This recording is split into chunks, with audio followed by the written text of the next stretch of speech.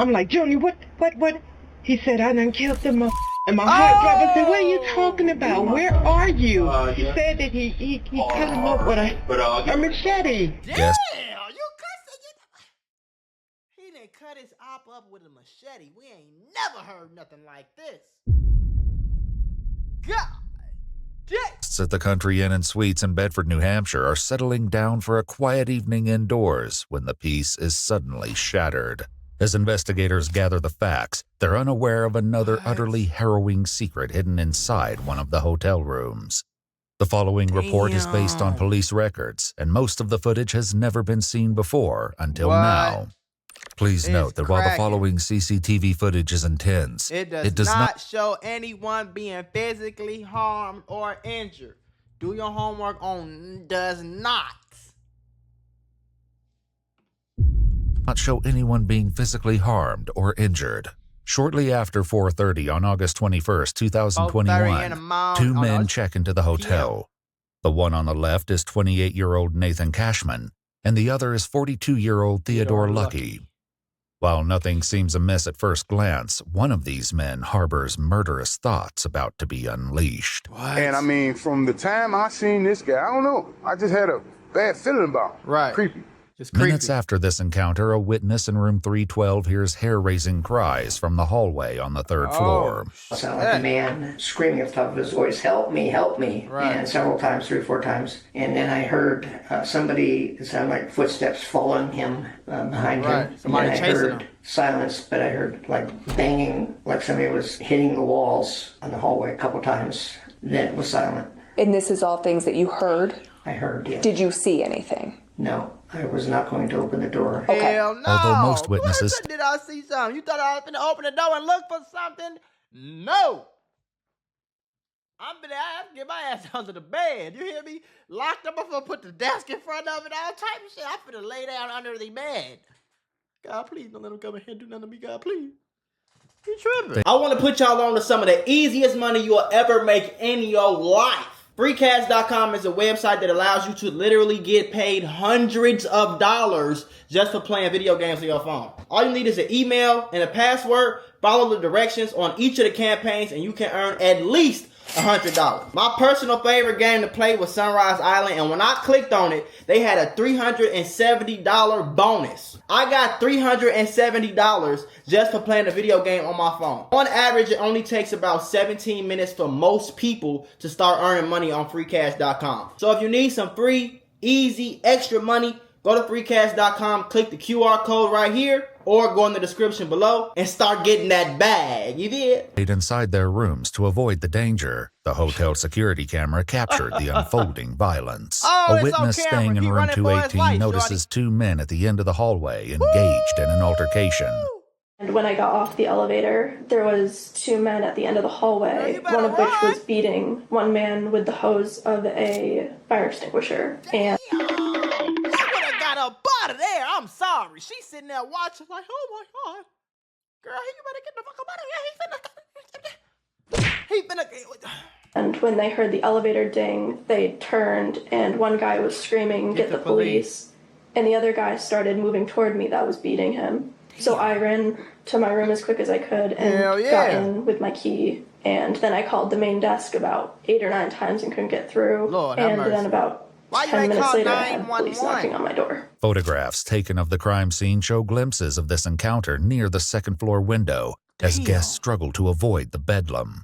One of the witnesses describes a desperate decision Nathan was forced to take in a panicked attempt to save himself. He jumped out the window? And when I came out, I look up. I said, oh, man, this dude jumped out the window trying to save his life. You know what I'm saying? There's blood all on the window. The frame of the window's on the ground right there. And then that's when the other maintenance guy that's here was sitting in his car. I went over and told him, I said, man, did you see that? He said, no, I didn't see nothing. I was down on my phone. I said, man, look. Dude just jumped out the window 2 minutes later. Was he alive? At least 2 minutes later, there's a white guy running around the corner, and then all of a sudden, the guy came behind him with the black guy with the red hair had a machete in his hand, and he whacked him in the back of his head right before he went in and put.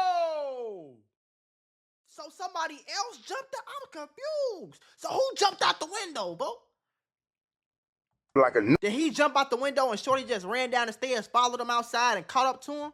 another gash of many gashes that this guy already had on him. Right. So he goes in, and I'm like, oh, man. As Theodore chases Nathan back inside the hotel, another eyewitness recounts what he observed inside the lobby as the assault nears its gruesome conclusion. The two people came blasting into the door, and the one in the front, the other guy was chasing, was saying, please help, please help.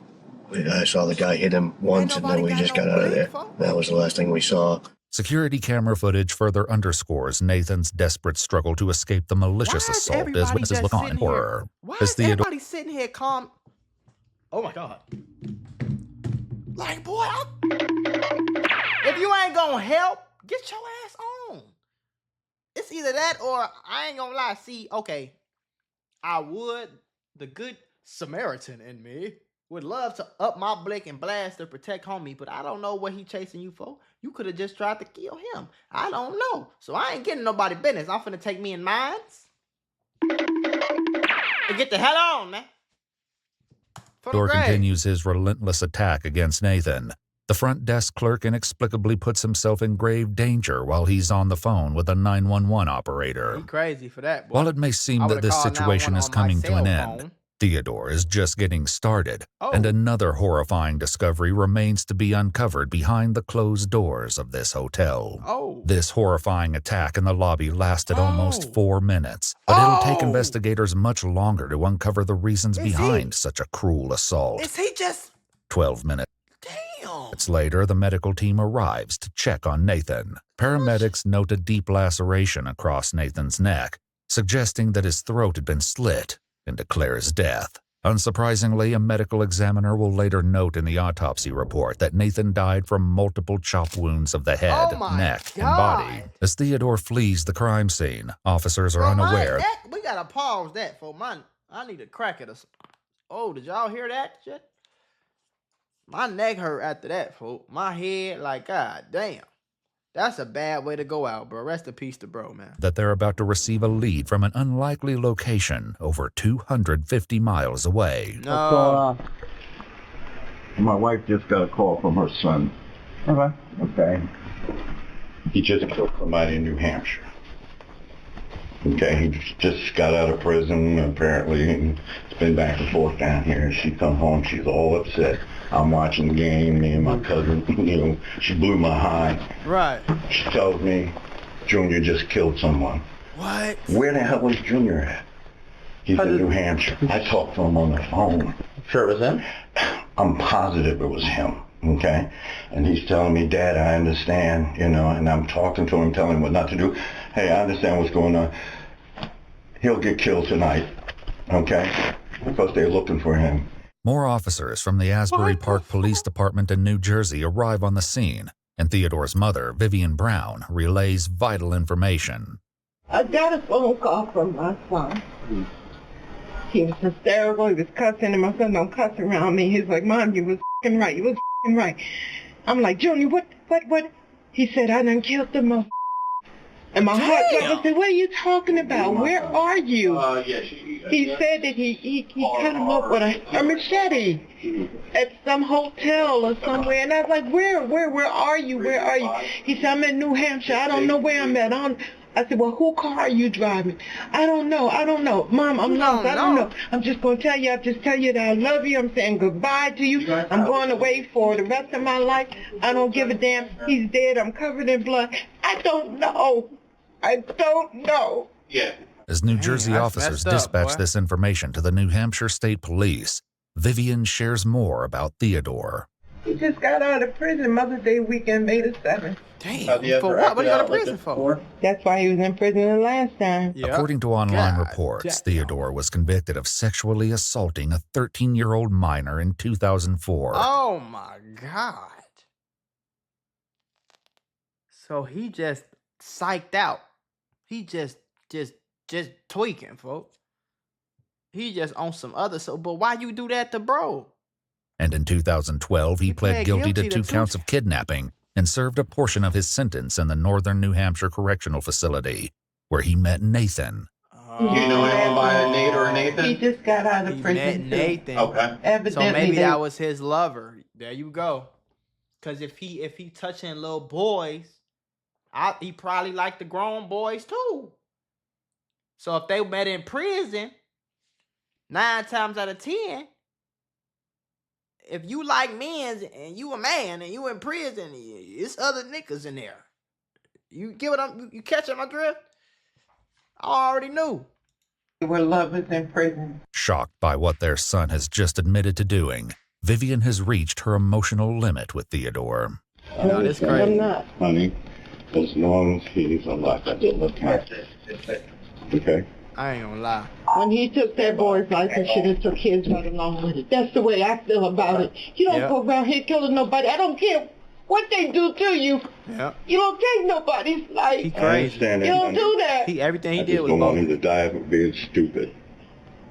He took someone's life. I don't want to hear that. He should have took his life right along. Listen, I have a mentorship called the Mula membership where I'm going to teach you how to get rich with business, YouTube, crypto, stocks, financial literacy, credit, every single way. Now, I became a millionaire by the time I was 23 years old. I'm going to teach you step by step for only $50. Click the first link in the description right now and get added to my group chat where I'm going to give you one-on-one help to make sure you get rich in 2024. Click it right now. Stop tweaking because we got very, very, very limited spots and I don't want you to miss this bag. On with it. If he wanted to take somebody's life, he should have took it. Theodore's parents and the officers don't know yet that this is only a part of the crime he committed that day. Soon a call comes in that changes the entire dynamic of the situation inside the apartment. Hello? He turned himself in. He's getting ready to walk in. Junior? Yes, Mom. Why, baby? Why? I love you, Mom. I love you too. Where you at? What police station you at? What police station is this? Bedford. Yeah. I took somebody's life, Mom. I did it. As Theodore speaks with his parents, one of the officers makes an alarming observation. I don't think he's in custody yet. Junior, whose phone are you on? My phone. You are in handcuffs? No, I'm at the police station. A fireman just walked out. Thankfully, Theodore is taken into custody without further incident. As detectives escort him into an interrogation room and read him his Miranda rights, they will soon confront chained up. I'm sorry. him about yet another bone-chilling discovery made at the hotel. Nathan was my boyfriend. Okay. All right. How long have you guys been dating? Over 3 years. Okay. He's definitely gone. Yeah. Tell me that. Why they ain't got this nigga tied up? They tripping in there, boy. Oh my god. Woo, and you know crazy people be strong. Lord, crazy people and crackheads. Folk them gray, I'm telling you, boy, they be strong as shit. You get that information from me, and I'll tell you anything you want to know. I'm telling you the information that I have. He just told you, is bro. that What he's the fuck are you talking deceased. about? What happened tonight that kind of caused this? I was hurt. Yeah. And he got out of prison a few weeks ago. Theodore claims that he drove from New Jersey that morning to see Nathan and arrived at the hotel around noon. We'd like to know what the interaction was in the hotel room. And we started arguing about him yelling at me.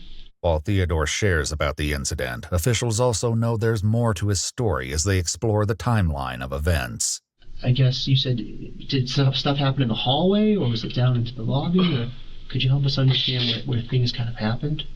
It happened in the lobby and in the hallway and all in the hotel. And when you say happened, are you stabbing, or is it more of like a hitting, or how would you describe it? Hitting. Hitting? Like coming from up, down? Yep. And where were you hitting him? Everywhere. Okay. Crime scene photographs show the bloody machete Theodore used in the slaughter. But shockingly, Nathan was not the only victim that day. While officers were interviewing witnesses at the hotel, they discovered shocking security footage showing Theodore checking into the hotel earlier that day with 60-year-old David Hanford. But David didn't know that he was walking into a nightmare. What would really help us is there another person? Who's this other person? Later reports state that David is Theodore's ex-boyfriend and has known him for decades. Theodore later claimed that David believed they were at the hotel for a romantic weekend and knew nothing about his plans for Nathan. Who's the other gentleman that you were asking about? Is he... Dave. Dave? Okay. Where was Dave? In the room. So Dave was also in the room? In another room. Oh, okay. Did he come up with you from New Jersey? Okay. As officers started clearing the crime scene, they received information that there may be a second victim. As they cleared the hotel's 3rd floor, they knocked and received no response from one of the rooms. Upon opening the door, officers found David completely incapacitated. Oh, so you're in the hotel with Dave, and he is, how is he, he's bound to the bed or tied to the bed? Yeah. Okay. And did he do that sort of voluntarily, or was that something that you decided to do?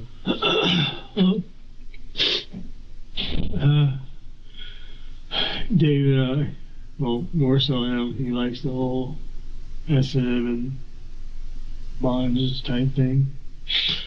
They found David covered in a hotel blanket with a belt wrapped around his neck and clear tape covering his nose and mouth.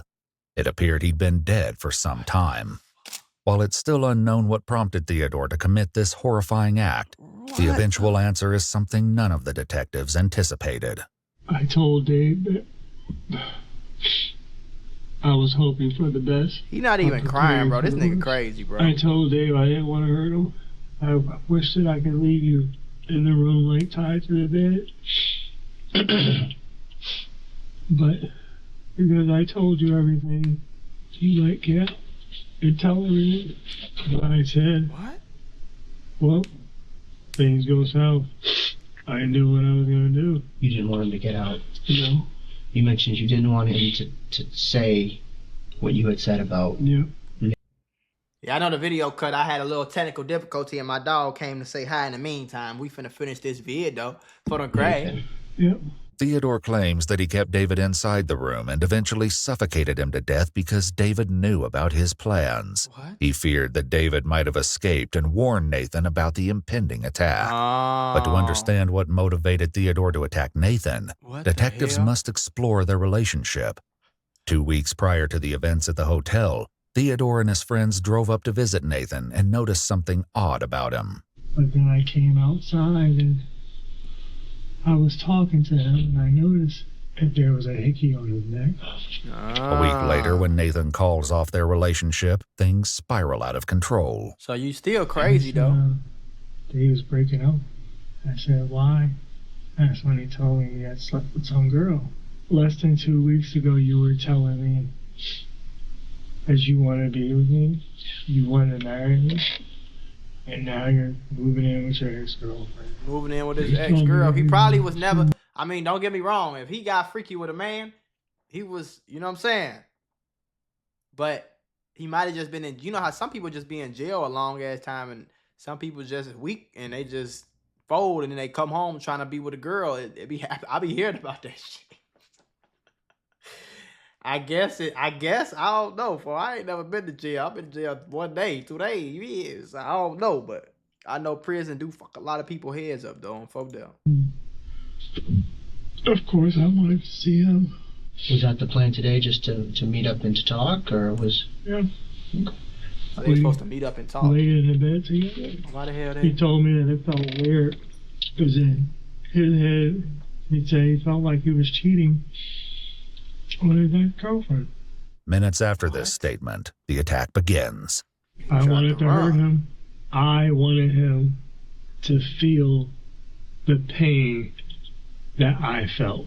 Theodore's rage and feelings of betrayal led to the murders of Nathan and David. On November 7th, 2022, Theodore pled guilty to 2 counts of murder in the first degree. He received 2 life sentences without the possibility of parole. Double murder too? He's currently incarcerated at the New Hampshire State Prison.